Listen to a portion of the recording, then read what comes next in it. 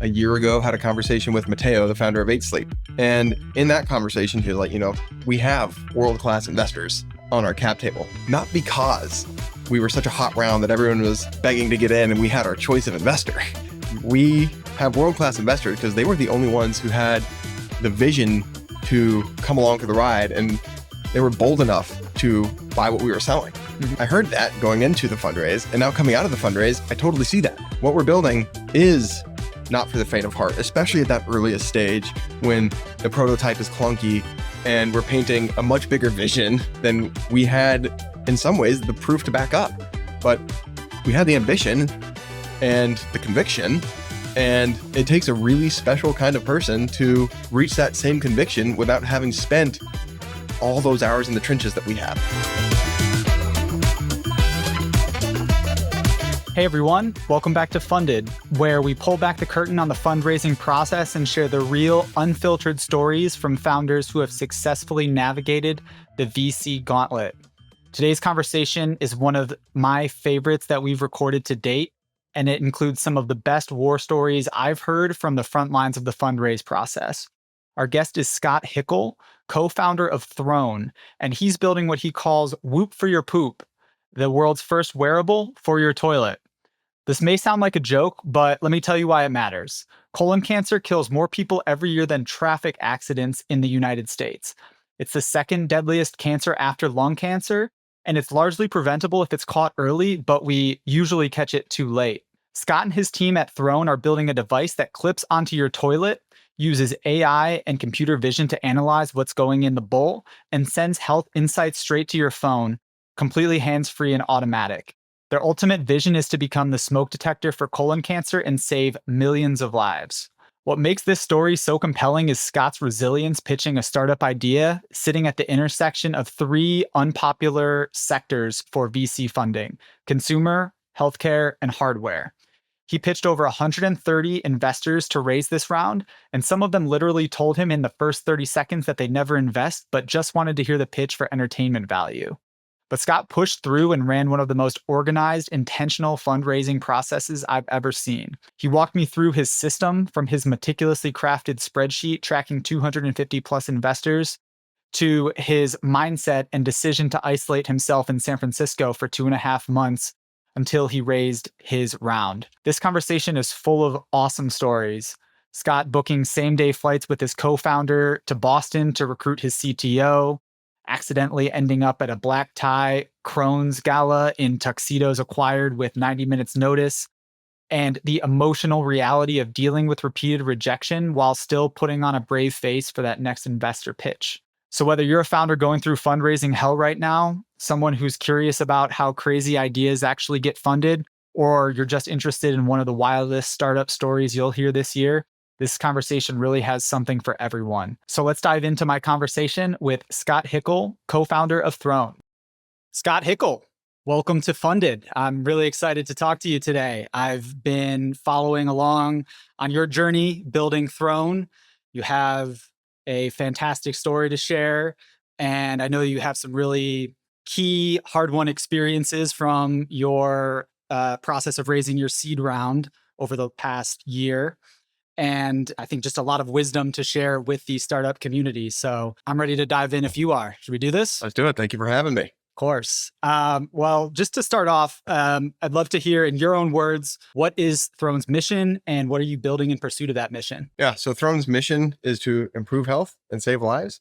And to do that, we're building two things. The first product we're launching is Whoop for Your Poop. It is the first wearable for your toilet. It clips onto the side of the toilet and tracks who's going to the toilet, and then tracks the contents of the toilet bowl to extract valuable health insights. So it tracks the fundamentals of gut health, urinary function, and hydration, all hands-free, passively, automatically. And the ultimate vision is to build what we call the smoke detector for colon cancer, which will ultimately save lives by getting people in to get colonoscopies earlier than they otherwise would. And just to put some numbers to it, more people die from colon cancer every year than die in traffic accidents in the United States. That is largely preventable because colon cancer has like 7 to 10 years before it becomes a deadly cancer, and we just catch it too late. So that is ultimately the vision, but we're starting with something much more health and wellness oriented, giving people insights and helping decode the stories their bodies are telling them. How widespread of a disease is colon cancer in terms of the number of people that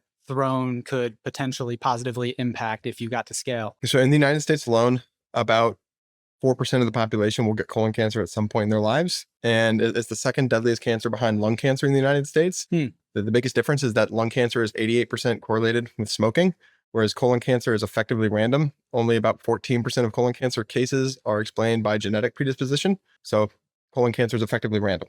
That is crazy. I love your description of Crohn, and I really love that for all the detail that you provided on the back end, the phrase "whoop for your poop" gives you a pretty good idea of what you're building right off the bat. So that's fantastic for an elevator pitch. Whoop for your poop, or for your flora, the shit bit.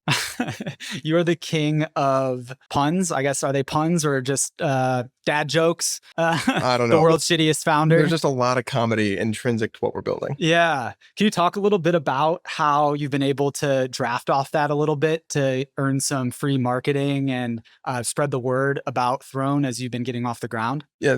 What we've learned over the last year is that the nature of what we're building is inherently viral. I didn't really appreciate this. It's funny. The first inkling I had about this was NPR did a podcast on invisibilia a few years back called Poop Friends. And the whole theme of the podcast is that everyone has their most intimate inner circle of friends who they can talk about their poop with. And what we've seen time and time again is that when we go viral, we have far more likes than shares. Like roughly a ratio between 2 and 4 shares than likes. So there's between a ratio of like 2 to 4 on average for our posts that go viral are shared. And you can see that on Instagram, like how many times people are privately sharing it. And the other thing is like people tag their friends on it. They don't say any comments. They just tag a friend. And what that tells me is people have had these conversations. It's either someone that they talk about gut health with openly, or that the concept of a smart toilet is not new. We're just the first people to approach it as the wearable for your toilet. And there's just a lot of intrinsic comedy and joy, right? It's an interesting thing for us to balance because on the one hand, people with chronic health conditions, particularly like chronic digestive diseases, when they're having bad days, when they're flaring up, that disease governs their life. And you have to have complete and total respect for that. On the other hand, I haven't had a single conversation with a patient of one of these conditions where we didn't also laugh and smile, because we end up talking about poop. And when you talk about poop, you laugh and smile. That's just the nature of it. And so this fine tightrope that we've had to walk of how do we build a brand that is both refined and elevated and elegant and trustworthy, while also having an appropriate nod to the fact that we're building the toilet bowl. Mm-hmm. I remember when you were first kicking around the idea of starting Crohn, we talked about how there have been other smart toilet sort of technology companies in the past. And when we looked at some of the websites, it felt like they were taking themselves a bit too seriously. And I really like how you have counterpositioned against that and have found a way to maintain that professionalism while still like being in on the joke a little bit and not taking yourself like that seriously. I draw a very distinct line between Crohn's brand and my brand, right? Like Crohn is a serious health and wellness product. I am Scott Hickle, and I think poop is funny. And I think you like, if you go look at our website, right? Like we don't make any puns on the website, but my personal social media is full of it. No pun intended. You can't stop, can you? You can't turn it off. The jokes literally write themselves. One of the things that really strikes me about Crohn and you as the founder of Crohn is, or one of the co-founders, I'm sorry, is the insanely strong founder startup fit. Could you talk a little bit about how that contributed to the success that you had in the fundraise process and how you went about convincing investors that you were the right person to build this company and turn it into a business that saves up to millions of lives in the future? Yeah. Thank you. So I'll start with Tim, my co-founder's background. So during the fundraise, it was just me and Tim. We were joined later by John, our third co-founder and chief product officer. John was the co-founder and CTO of Whoop.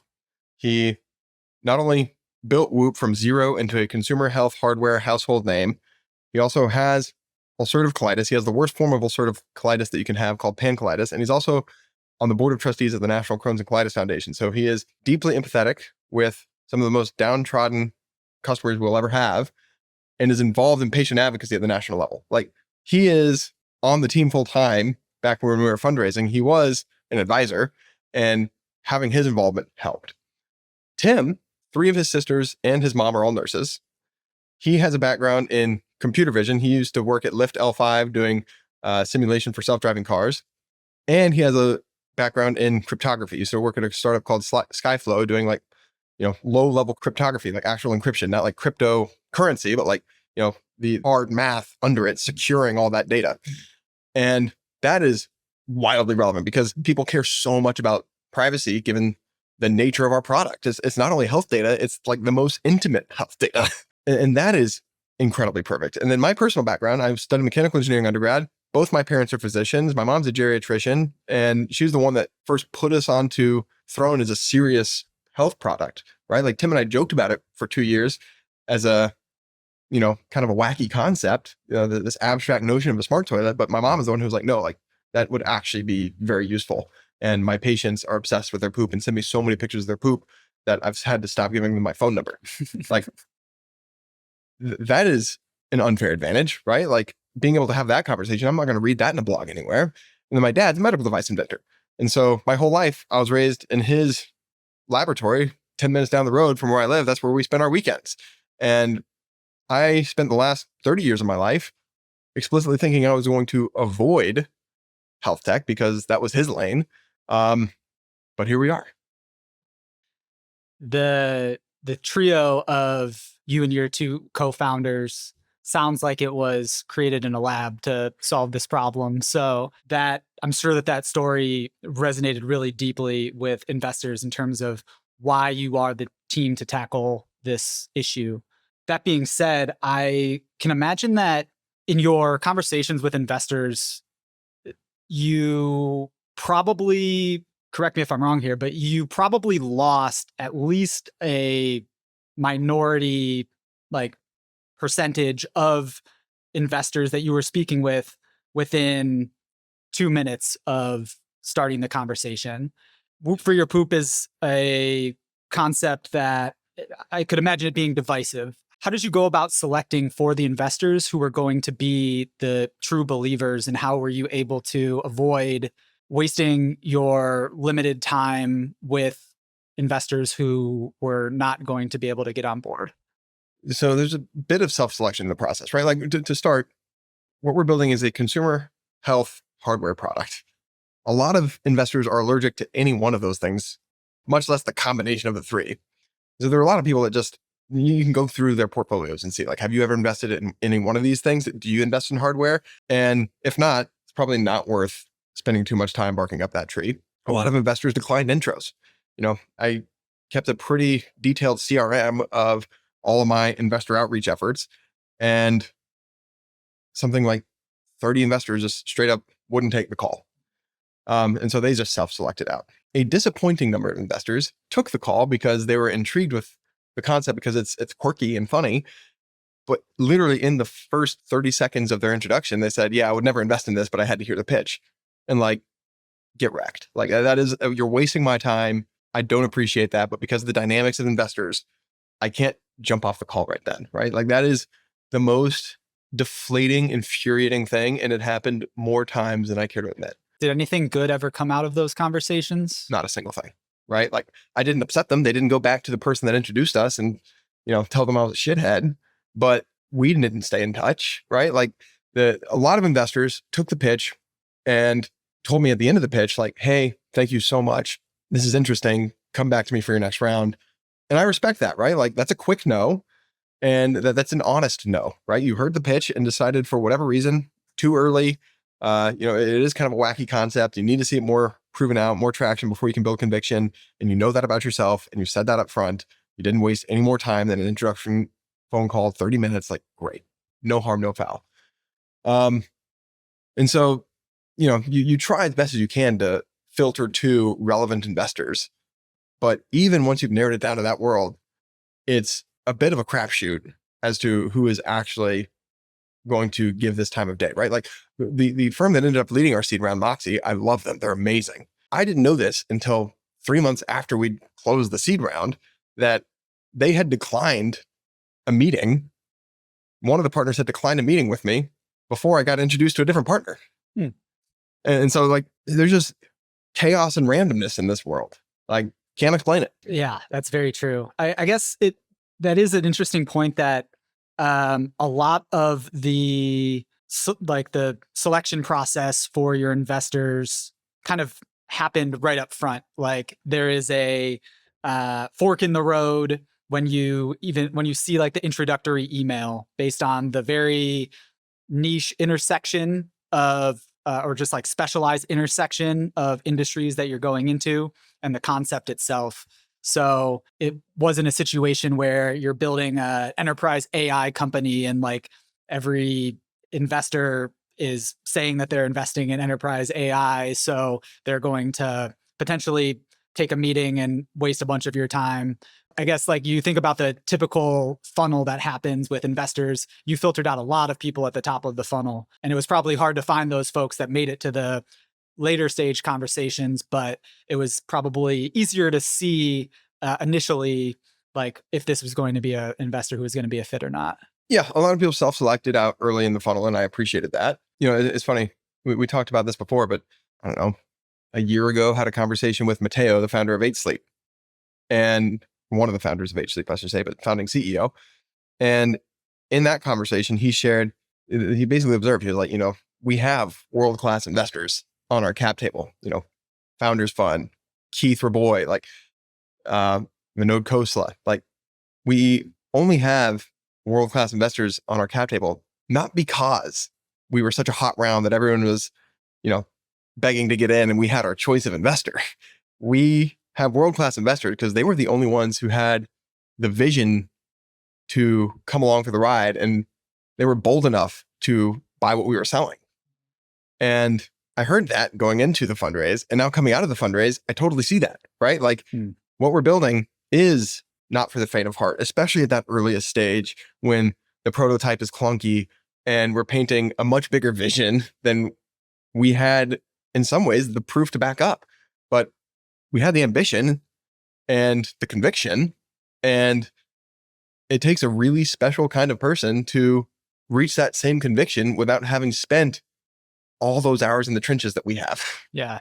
I would love to dig in on how you ultimately ended up with the cap table that you have today. But if you don't mind, let's take a step back and talk about the beginning of the process and the system that you put in place to track your investor network and your list of targets. Could you just tell us a little bit about the insane Google spreadsheet that you put together and how you managed to reach out to 100 plus investors for those initial conversations? Yeah. So this is something that Eric Bond at Hustle Fund coached me on a while back, which was run a very tight, intentional process.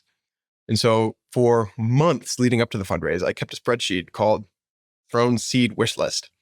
And I had, a column for names, a column for emails, a column for intro paths, like who is the person that's going to introduce me to this investor, a column for notes, a column for, their typical check size, all of the things that are relevant information.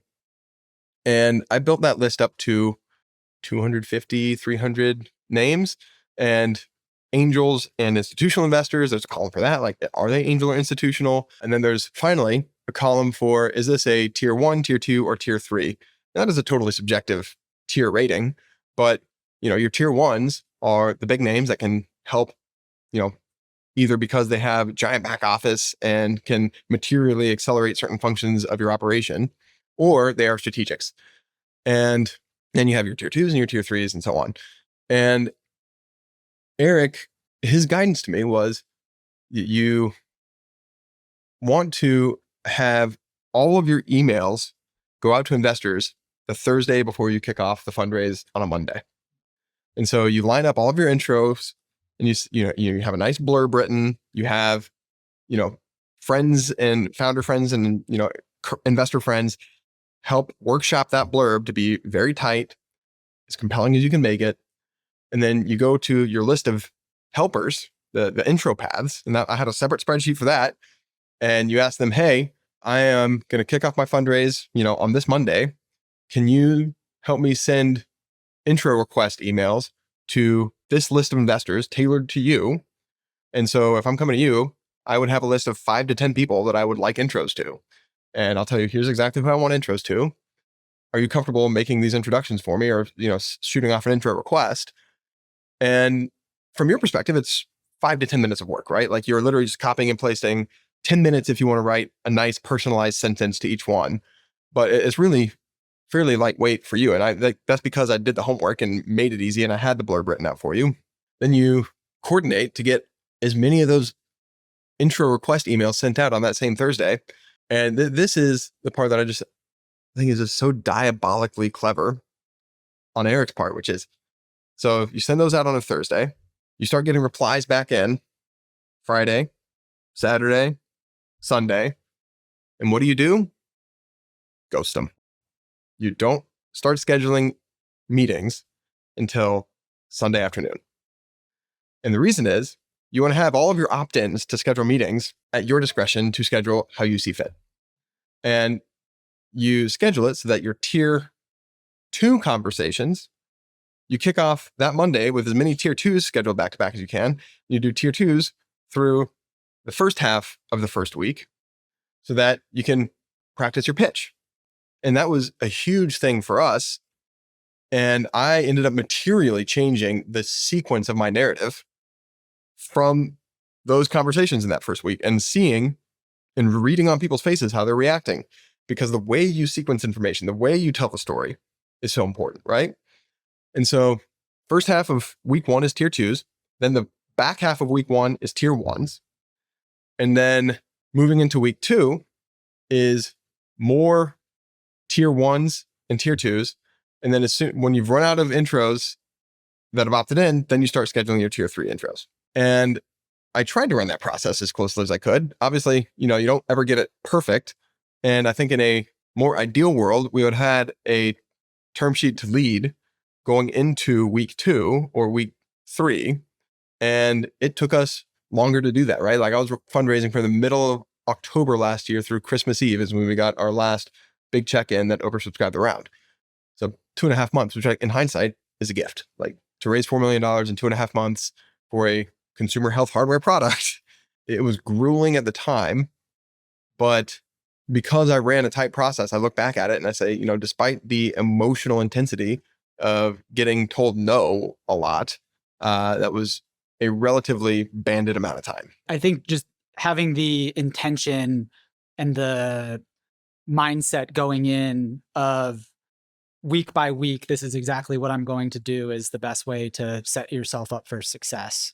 Because you have that in the back of your head and you can also communicate it to investors as well and let them know that you're running a tight ship and you hold their feet to the fire a little bit and force them to give you that quick yes or no so that you can move forward. Break it down for me for a minute. How many investors did you target? How many did you ultimately have initial conversations with? Out of those that you had those first calls with, how many made it into the deeper level of diligence? Just to give people an idea of what that conversion rate looks like from one stage of the funnel to the next. Yeah, so I had conversations with, let me do some math here, about 130 investors. And of those, 76 passed. Another 26 declined introductions. And there's probably more that declined introductions that I just neglected to account for in my spreadsheet because they opted out of the process fairly early. And that's a pretty easy one to not be diligent about keeping track of in my CRM. I disqualified another 7 investors. So those are people that I decided I didn't want to have on the cap table and, declined to continue conversation with. And then ultimately we had 35 investors wire. And as you can imagine, the vast majority of those were angels. We only had about 4 or 5 institutional checks. I'd have to think about it. The real turning point was once we found a lead. So that took about a month for Moxie. So our lead was Katie at Moxie, Katie Jacob Stanton. She's amazing. Again, cannot say enough positive things about her and the whole team. And we probably met on late the second, early the third week of the process, and spent probably 3 weeks in diligence, and then another last week, negotiating terms, and then signed. And once we had a lead, that was mid-November, and then there was Thanksgiving, and we were able to close on Christmas Eve. It's a tricky time of the year to be fundraising for sure. Getting that last check in on Christmas Eve, I cannot tell you what a relief that was. Christmas came early, huh? Yeah, exactly. What were your criteria for qualifying or disqualifying investors to join you on the journey for building Throne? And what was it about Katie and the team at Moxie specifically that made you feel like this was a firm that you could see yourself partnering with for a decade or more to build this company? Yeah, so we had the requisite engineering expertise on the team already. The missing piece for us was marketing experience, right? Like at that time, I don't know, 4 people on the team, like 3 of us were engineers and none of us were consumer health marketers. And the dream investor for me was a consumer health marketer. And Katie used to be chief marketing officer at Color Genomics, which is a consumer health company. To boot, when she sent the email saying, we'd love to lead your seed, I called her and asked, I can feel, I've been in a lot of these conversations, I've got a lot of rejections, and I can feel that your excitement and energy around this is different and palpable. And where does that come from? Like, I want to understand, what is it about you that makes you want to support this? Because it is, I'm at the point in this process where I know how crazy this is. And she told me she had lost a husband in his early 50s to cancer. And she spent a lot of time thinking about what could they have done to catch it early. And so she had just such a deep connection to our mission. You couldn't ask for a better partner, right? And like, I think one of the things that I appreciate most about our investors is that they're good people. Just like fundamentally, we have good people who obviously want to see Throne succeed and become a breakout success that changes the world and saves, to your point, millions of lives. But if it fails, I'm not worried that any of them will hold a grudge against me for failing in the pursuit of something noble. Yeah, it's such a long-term commitment, right? 10 plus years to build something enduring.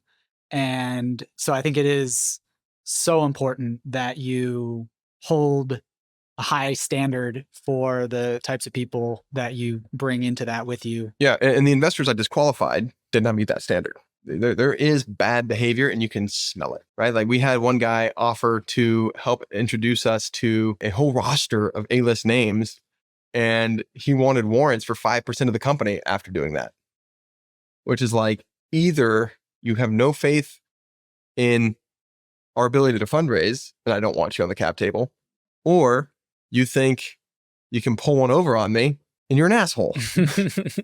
That also, yeah, it sounds like he maybe took you for someone who didn't know what was going on, because that's kind of an absurd Junior demand league. to make. Yeah, Totally. Yeah. How were you able to maintain your trademark level of confidence and just like overall good vibes throughout the fundraise process, dealing with probably multiple cases of getting rejected every single day from October through December? I mean, I also flew out to San Francisco to I was living with my friend Tara Viswanathan for a month in SF. There were tough days, right? There were days where like, it's also lonely because I wasn't with my community, right? Tara's working, she was in the process of selling her company at the time. So like, she was working 12-hour days and I was working long days, and not around my friends, not around my family. There were days I would just walk around and cry alone, right? Like truly, walk up and down the Embarcadero, walk to Golden Gate Park and just cry. Like it's tough. Like when you get, we talked about this as well, but like the closest analogy I have for people to fundraising is like, if you've ever dated and you're playing the field and you're single and you're going on a few dates a month, it's like being rejected by those dates. But instead of like being rejected 3-4 times a month, right? Like once a week, if you're like really active, you're getting rejected 3 or 4 times a day. And it's infinitely more personal because they're not just rejecting you based on that meeting. It's like they're rejecting this thing that you've poured your heart and soul to for years at that point for us. And that sucks, right? And like there was a lot of phone calls to my friends, a lot of phone calls to my dad. Like I'm a big believer, grief is for sharing. Like I don't hold that stuff in. I tell people when I'm sad, and I leaned on my support network. But at the end of the day, like you just got to keep going. The hardest thing by far is when you get rejected, you get one of those rejection emails or the phone call, and then you have another pitch scheduled 3 minutes later, and you got to stuff it down, put on a smiley face, and pretend like that didn't just happen. The only way I think you can really get through that is just to be fully expressive of it at the end of the day. I'm a big journaler. I write a lot. I try and journal a little bit every day. And like, that was a big piece of it. Like I don't think there's any silver bullet. I think there's just, you got to process those emotions honestly and openly and completely. And then say at the beginning of the next day, like, all right, that was sadness. That was grief. That was disappointment. Put labels on that. That doesn't serve me anymore. Let's move on. I heard a quote recently that went something like, starting a company is a personal development exercise masquerading as a money-making opportunity.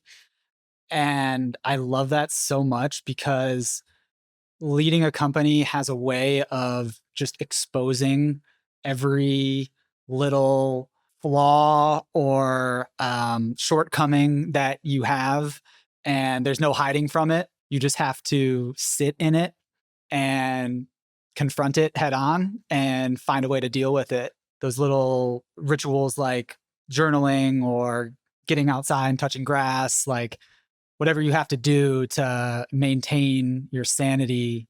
Like founders who don't prioritize those kinds of things, like I'm worried about them because it is just like a very mentally grueling journey that you go on starting something from nothing. Yeah. I mean, touching grass is a huge part of it too, right? Like, thank God San Francisco is one of the most beautiful places in the world. And there's, it's rarefied grass to get to touch. But like, that was my Saturday and Sunday routine. Like both days of the weekend, if I wasn't working, I would go on a long walk, rent a bike across Golden Gate Bridge over to Sausalito, like just anything to get out of my head or into my head, whichever way you want to think about it.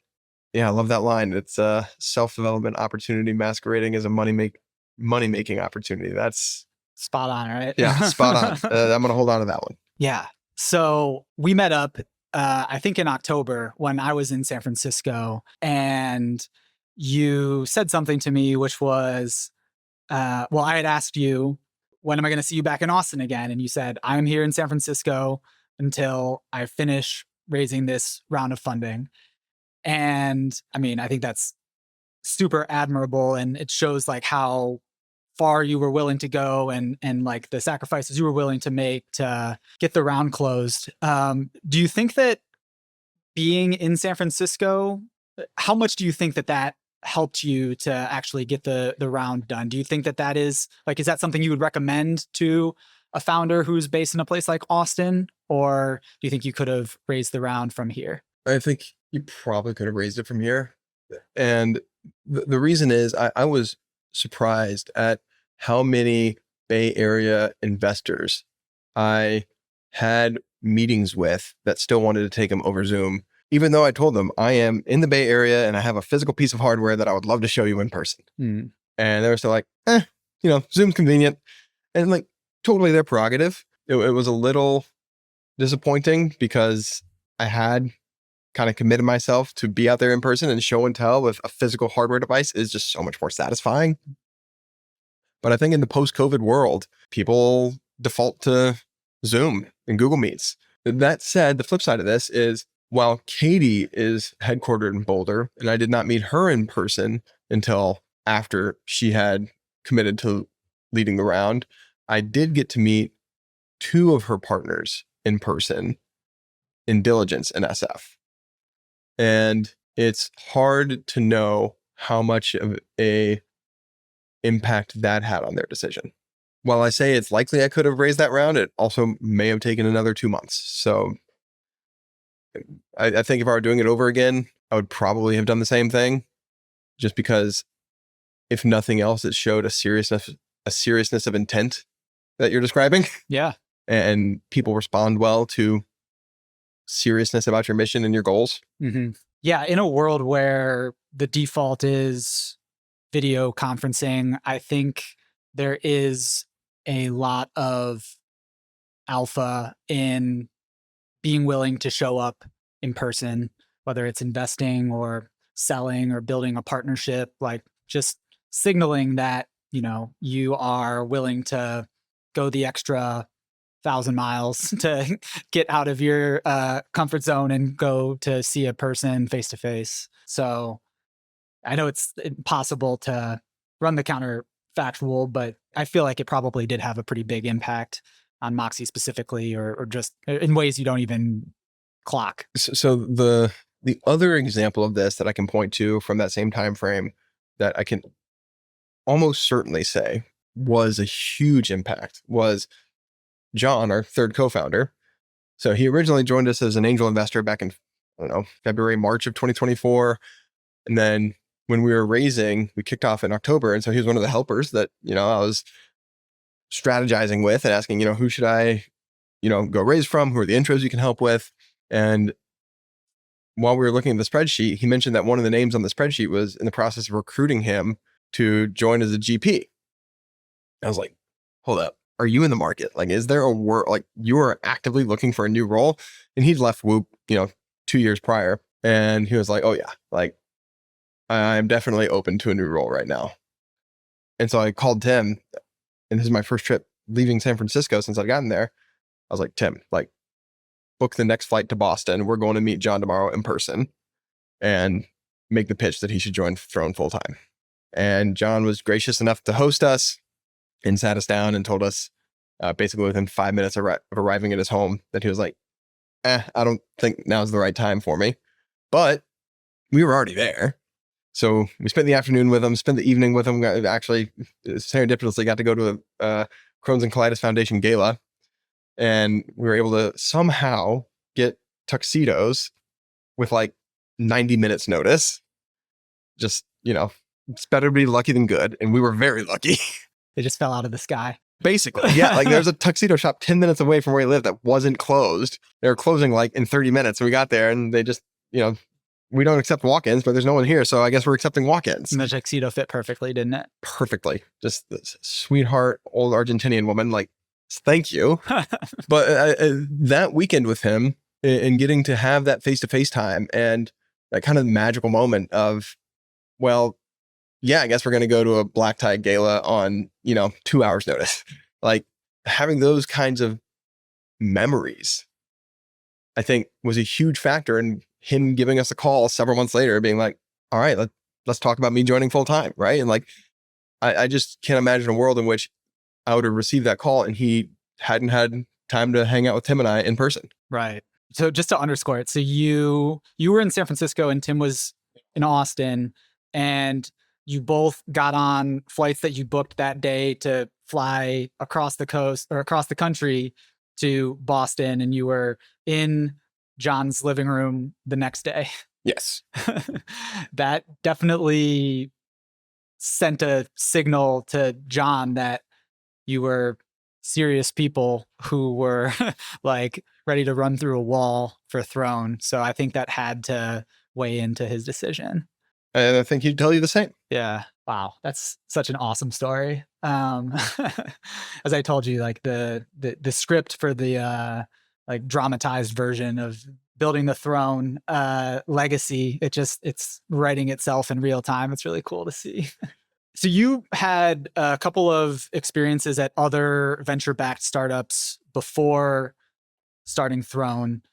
Could you talk a little bit about what you took away from fundraising in very different industries that either applied or that you had to kind of unlearn when you were raising for this company? Yeah. So my first company was a credit card to measure and offset your carbon footprint. I started that company in late 2019 and sold that in early 2021 and raised like $1.2 million for that.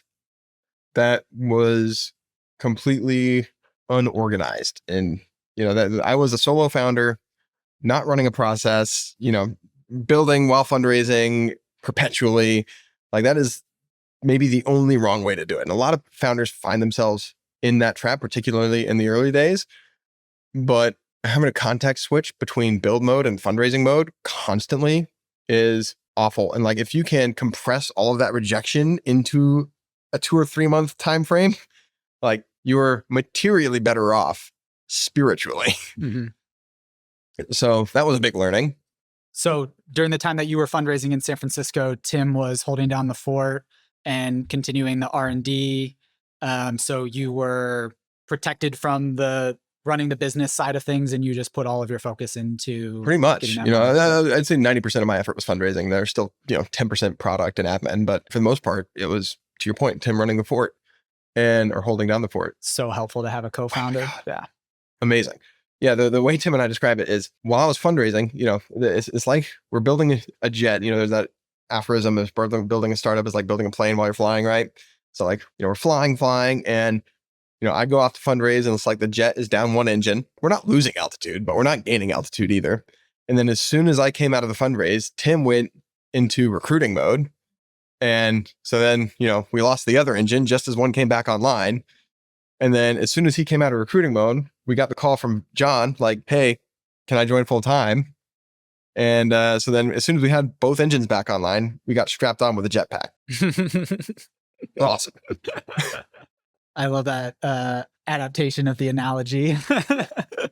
Yeah, I don't know what's bigger than a jet engine, but you got strapped up with like the Boeing jetliner, Dreamliner horsepower. It's like you strapped a Falcon Heavy to a Boeing. Yeah.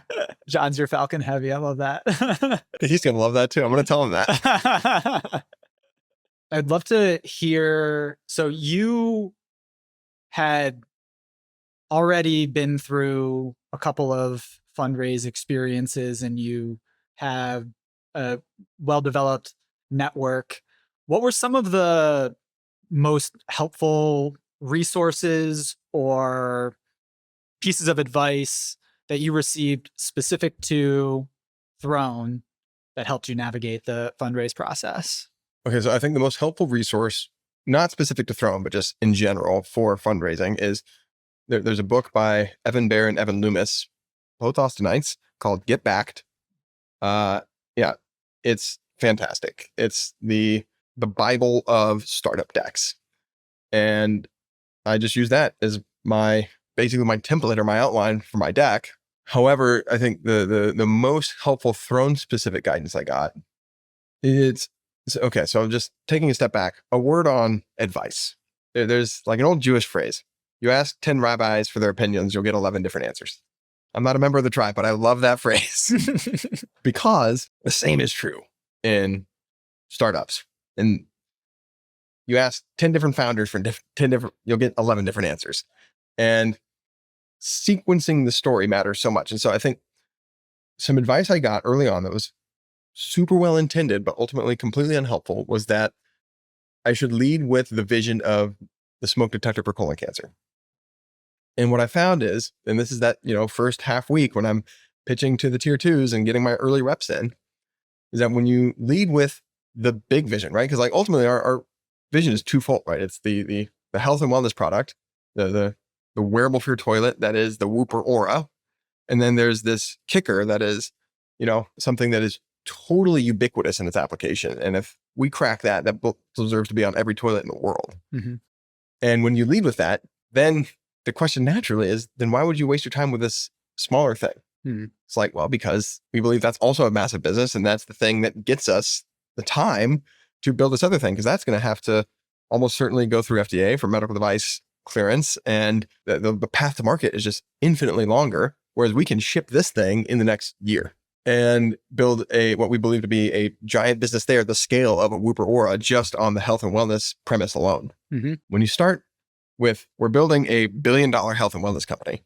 And by the way, there's a $100 billion opportunity that we're also working on. That's a great note to end on, versus it's hard to move the other direction from, here's the $100 billion opportunity and we're starting with this $1 billion opportunity.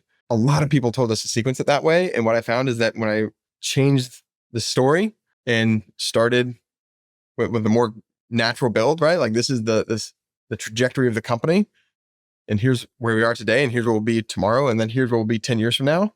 That makes way more sense. Beyond that, I think the other advice that is easy to say and hard to do is to not take things personally, right? Like I'm not proud of this, but like we had one investor get pretty deep into diligence with us, several in-person meetings in SF, and then they ultimately called to pass, and like that just wrecked me. And I got way too emotional on that phone call, and I'm not proud of that, but in hindsight, I can see like I took that too personally. Well, that's hard because that's the opposite of what we were talking about previously with the fast no being probably the second best outcome to a yes, right? To go down the process, down that road with an investor, and then ultimately kind of have the rug pulled out from under you. I could imagine that being really difficult. Yeah, and then I don't fault them for it. It was their first 3 months as a partner at this firm. They're previously a founder, so they're still figuring learning the ropes, right? And I think I gave them that feedback that you took too long. I think the real pros, the seasoned veterans, are much quicker in their gut to know if it's going to be a no. And there's this phrase that Max Levchin said on hiring, which is like, when there's doubt, there is no doubt. I think the greatest investors operate that way as well. I like that quote a lot. That's a lesson that you have to learn the hard way almost, unless you are wired in a very specific way, but it's super valuable. It's like fuck yes or no, same sort of concept. Yeah, exactly. We've covered a lot of ground here. This has been an amazing conversation and really appreciate you taking the time. Is there anything else, maybe steer clear of advice based on where we just came from, but is there anything else, like if you were to put up a billboard on the freeway going into San Francisco that you knew that a founder building the next throne was going to see on their commute into the city, like what would you want to tell them? Anything come to mind? Yeah, hold on to yourself. It's okay to cry. Keep going. Keep going. I like that a lot. Well, I've got you here. I noticed you've got this futuristic looking device on the table. You mind giving me a sneak peek of what's coming in January 2026? Yeah, so this is one of our first pre-production prototypes of what we're calling Throne 1. So our first mass production device. It's a camera that clips onto the side of your toilet. Yeah, take a look. So it has 2 buttons on it. It has a motion sensor and a camera and a microphone. So if the camera and microphone are pointing down into the toilet bowl, we joke, there's a lot of health insights inside the toilet. There's nothing but liability looking up. So it's, designed explicitly so that it can't capture any human anatomy. Then we run all the inference in the background to extract useful health insights and send it to your app. And it's all totally automatic. So as long as you bring your phone with you to the bathroom, which mea culpa, I do all the time, it's hands-free. It uses the motion sensor and Bluetooth to know this is Scott using the toilet. And then when you leave, it turns itself off and processes everything. You get a push notification a few minutes later. If you don't bring your phone with you to the bathroom, there are 2 buttons on it. It's like a his and a hers button. So you can use it at night if you go to the bathroom without your phone. Or you can set it up for, your grandparents if they might not have a phone. But yeah, this is my baby.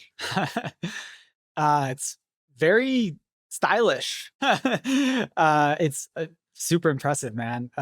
This is awesome.